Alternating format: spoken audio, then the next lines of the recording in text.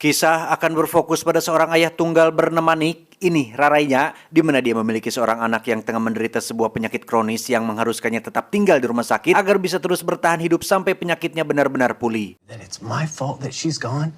Fine. Dad, it's not gonna work.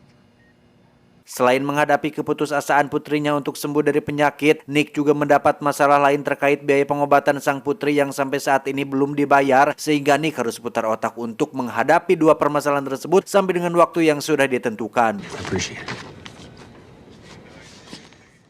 Sepulangnya di rumah sakit, Nick lantas menemui sahabat yang bekerja sebagai admin di salah satu bank konvensional di Vegas, yang mana pertemuan itu merujuk pada sebuah rencana pembobolan yang akan mereka lakukan di bank tersebut.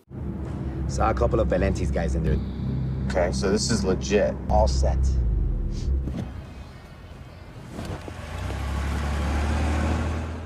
Selanjutnya Nick juga menemui mantan pacarnya yang bernama Veronica. Ini parasnya, ia ingin mengajaknya ambil bagian dalam rencana sebagai salah satu agen yang bertugas untuk mencari tahu atau mengumpulkan tim untuk menyukseskan pembobolan yang sifatnya akan mereka lakukan. And plus, more for your guys, his guy. Doing this for Emma?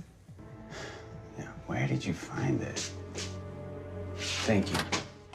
Tak butuh waktu lama bagi Veronica untuk mengumpulkan timnya, sehingga malam itu juga Nick dengan orang-orang baru itu pun mulai menyusun rencana untuk melancarkan aksi mereka, di mana dia membebaskan semua orang untuk mengambil apapun yang ada di bank selain kotak nomor 23, karena kotak itu akan diurus langsung oleh seorang Jack atau si botak yang merupakan pacar Veronica saat ini. For us, every weekday at 2:30 she leaves.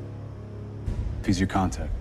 Nick yang tak ingin menimbulkan masalah dengan kepolisian meminta tim barunya untuk tidak membunuh siapapun serta menyekap salah satu orang dalamnya sebagai bentuk mengecoh kepolisian agar mereka dianggap hanya sekelompok paling amatir yang beruntung atas pembobolan tersebut, sehingga kepolisian pun akan kehilangan seleranya untuk mengungkap siapa dalang di balik itu semua. Right, on the left side of the wall here. We'll handle box 23. Setelah rapat selesai, Nick akhirnya mengenalkan rekan barunya pada Veronica, di mana dia bernama Sander, seorang ahli IT bersertifikat yang bertugas untuk mengecek setiap CCTV, mendengarkan komunikasi radio kepolisian, serta memberitahu rute pelarian yang pastinya akan sangat berguna dalam kelancaran misi mereka. Job, we leave, Fed's losing. We do this right, there's a fat payday.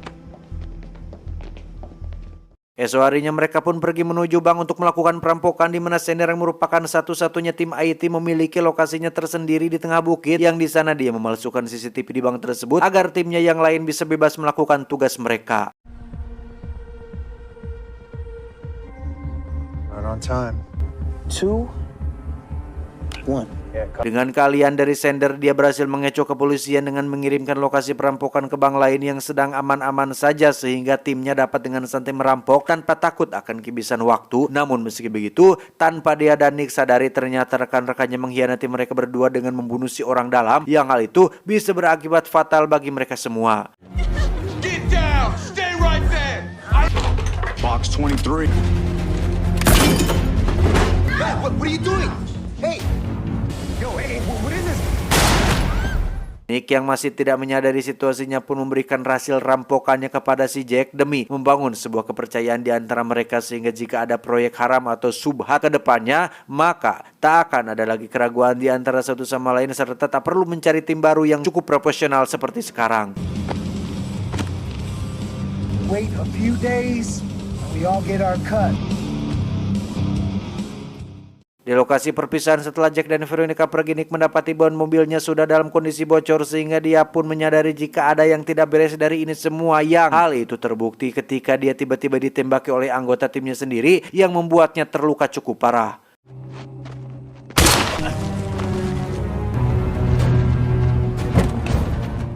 Esoknya Nick yang sudah berada di rumah sakit pun dijenguk oleh beberapa anggota polisi dan FBI secara bergiliran untuk menanyakan tentang apa yang terjadi, sehingga dia bisa berakhir mengenaskan seperti ini.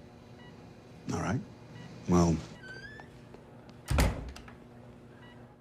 Merasa jika dirinya tidak akan aman berada di sana, Nick lantas berkamuflase dengan menjadi petugas kebersihan di rumah sakit yang langsung pergi setelah dia menyempatkan diri untuk mengunjungi putrinya yang berada di ruangan yang berbeda.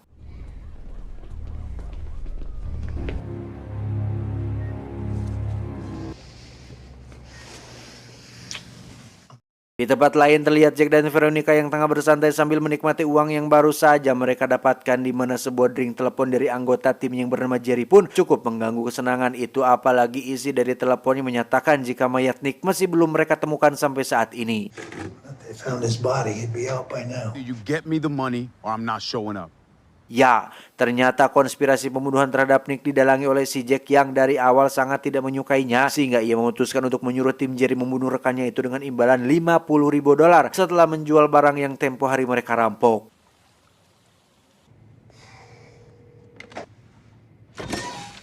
Setelah keluar dari rumah sakit, Nick lantas dijemput oleh Sander untuk pergi menemui satu persatu anggota tim yang mengkhianatinya, di mana orang pertama yang ditemuinya merupakan salah satu anggota paling muda sekaligus orang pecandu yang pertemuan mereka teramat sangat singkat karena dia mati tanpa terduga setelah didiagnosa mengalami overdosis. Hey. Willis. Dengan lukanya yang kembali terbuka, dia pun pergi ke tempat sahabat lamanya yang berprofesi sebagai seorang dokter karena dipercaya orang tersebut bisa mengobati setiap luka dengan estimasi penyembuhan yang relatif lebih cepat dari dokter lainnya. It's clean. I have a clean needle here. No, I'm just kidding. You all right? Right here. Pihak polisi yang sedari awal sudah bergerak lebih banyak dari yang Nick kira kembali mendapat sebuah alasan terkait betapa pentingnya kasus ini, di mana mereka mendapat panggilan dari si pemilik benda yang tercuri karena ingin mengklaim uang yang diangsuransikan pada benda tersebut.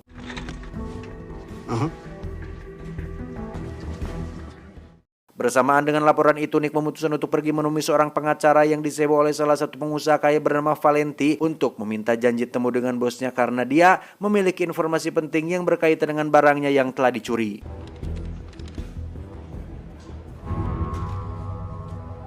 I have information about that item. Meski enggan serta curiga dengan Nick, namun karena si pengacara melihat kejujuran yang terpancar dari wajahnya pun memutuskan untuk memberikannya izin dan menyuruhnya untuk menghubungi sebuah nomor 1 jam lagi serta pergi ke suatu alamat untuk mendapatkan instruksi yang lainnya. You know, I really hoped it. But be at this address, call very careful. Tak berselang lama setelah kepergian Nick, si pengacara akhirnya didatangi oleh 2 orang polisi untuk menanyakan tentang klaim asuransi karena mereka berdua juga bertanya-tanya terkait apa jenis barang yang dicuri serta berapa nominal harga dari barang tersebut sehingga mereka bisa mengklaim asuransi dengan jumlah yang sangat banyak. Actually, no. I saw Interpol reports on Mr. Agent Cooper Owens. We'll be in touch. Thank you.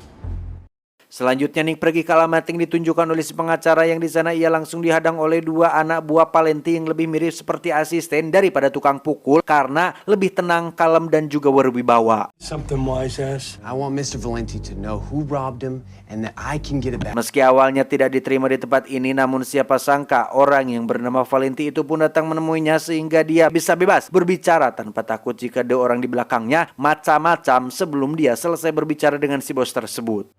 How? But I know who has it. And if you don't succeed? Because I can get it back for you. Di sana Nick mengajaknya bernegosiasi tentang merebut kembali barang Valenti yang sudah hilang entah kemana, di mana dia mengaku jika dirinya lah yang mencuri barang tersebut, namun berjanji akan mengembalikan barang itu kepadanya sehingga dia bisa mendapatkan 2 keuntungan, yaitu asuransi serta barangnya yang dijanjikan akan kembali ke tangannya. A procedure. Masih bingung dengan tawaran tersebut, Valenti lantas meminta Nick untuk mengatakan imbalan yang dia inginkan, di mana sangat sederhana apa yang diinginkan Nick, yakni kesehatan sang anak yang saat ini tengah terbaring kritis di rumah sakit. At ease, boys. Nick yang sedari awal sudah dicurigai sebagai dalang dari perampokan besar itu pun mulai ditelusuri identitasnya, di mana kebuntuanlah yang polisi dapatkan karena mereka tak kunjung mendapatkan informasi atau jejak kriminal dari orang ini, sehingga mereka harus mencari alternatif lain untuk mengungkap siapa sebenarnya sosok si Nick ini. Pull every assault with a deadly weapon record. Unions, construction companies, or whatever companies we can get. Di suatu pagi, Jack dikejutkan oleh suara panggilan dari anak buah si Jerry yang mengabarkan jika salah satu anggotanya mati overdosis, di mana hal itu meninggalkan 2 pemikiran baginya antara dia benar-benar mati overdosis atau dibunuh oleh si Nick yang besar kemungkinan masih hidup untuk membalas dendam. This phone, you get a new number and call me. He's dead. What? How? Dumbass to deal with. Mengetahui hal itu, Veronica lantas pergi ke tempat anak si Nick berada yang benar saja ternyata Nick masih hidup tengah berbincang dengan anaknya di rumah sakit sehingga pertemuan mereka tentunya tidak berjalan mulus lantaran Nick masih mencurigai Veronica atas kejadian yang dialaminya kemarin meski dia sudah bersumpah jika dirinya tidak tahu menahu tentang rencana pembunuhan yang Jack lakukan di belakangnya. Bet you're here a lot. Does your boyfriend know that you're here? Sebelum pergi, Veronica lantas menuliskan sebuah alamat pada secari kertas untuk memberitahunya tempat di mana kopernya berada untuk membuktikan jika dia benar-benar tidak ikut andil dalam rencana busuk pacarnya itu. You have to believe me. I didn't mean for any of this to happen. Goodbye, Nick. Veronica, wait. Pihak kepolisian pun kini menemui titik terang terkait para pelaku perampokan setelah mereka menerima laporan tentang seorang kriminal yang ditemui mati overdosis dengan trachea sudah remuk akibat cekikan dari seseorang, dan hal itu cukup bagi mereka untuk mencurigai jika si pelaku kriminal inilah salah satu pelaku dari perampokan tersebut. Right. And he called in sick the day of the robbery. Found he had a crushed trachea. Sekarang tugas kepolisian tinggal menelusuri rekam jejak kehidupannya sebelum dia mati untuk mendapatkan beberapa nama besar kemungkinan menjadi rekan dalam aksi kejahatannya. Now, we see if Willis, parole officer says he and Willis did a stint together. Nick yang ditemani oleh anak buah Valenti langsung pergi ke alamat yang dituliskan oleh Veronica yang ternyata lokasi itu merupakan tempat tinggal si Jerry karena dialah satu-satunya orang yang menyimpan koper milik Valentine.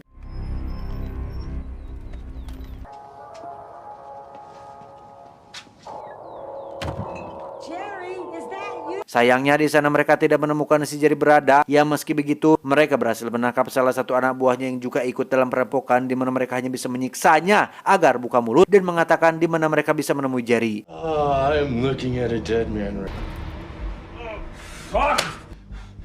Really? I don't.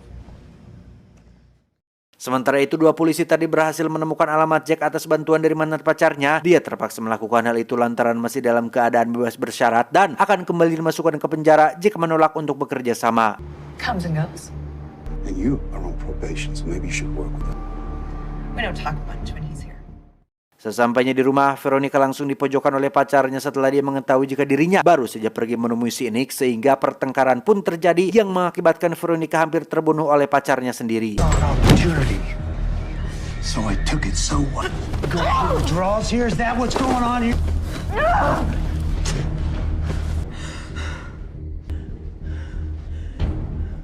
Esoknya dua polisi itu pun pergi ke rumah Jerry untuk menangkapnya yang lagi-lagi kesialan menimpa mereka lantaran Jerry lebih cepat sehingga mereka harus kehilangan orang itu dan kembali pulang dengan tangan kosong.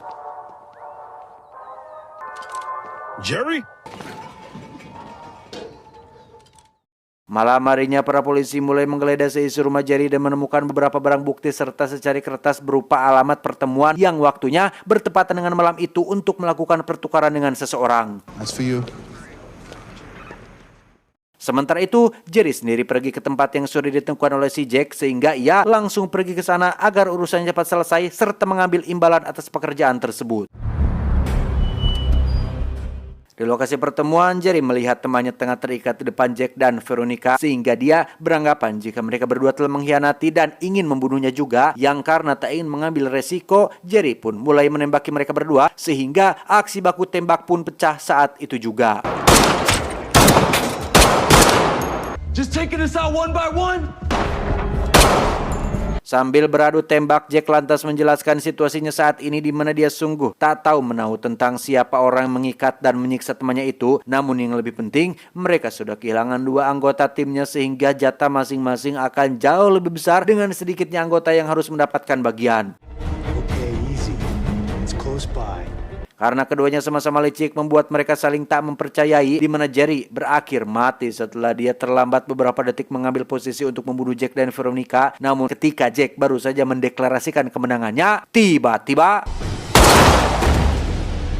alih-alih membunuh Nick, Jack malah membunuh Veronica di sana sehingga itu langsung memicu kemarahan Nick yang langsung balas menembakinya. Hang on. You're gonna be okay. Rupanya Jack masih kuat berdiri dan hampir membunuhnya ketika dia lengah. Yang beruntung anak buah Valenti datang tepat waktu dan langsung membunuh Jack saat itu juga. Sebelum pergi membawa koper berisikan barang milik atasannya, si anak buah itu pun memberikan sejumlah uang yang dijanjikan kepada Nick dan pergi begitu saja karena semua urusannya telah selesai. Setelah gedung itu kosong, barulah polisi berdatangan yang ketika mereka melihat beberapa mayat yang berserakan, mereka pun mengambil kesimpulan bahwa para perampok telah mati karena saling membunuh, sedangkan Nick sendiri dilepaskan dari tuduhan karena ketidakhadirannya di tempat tersebut.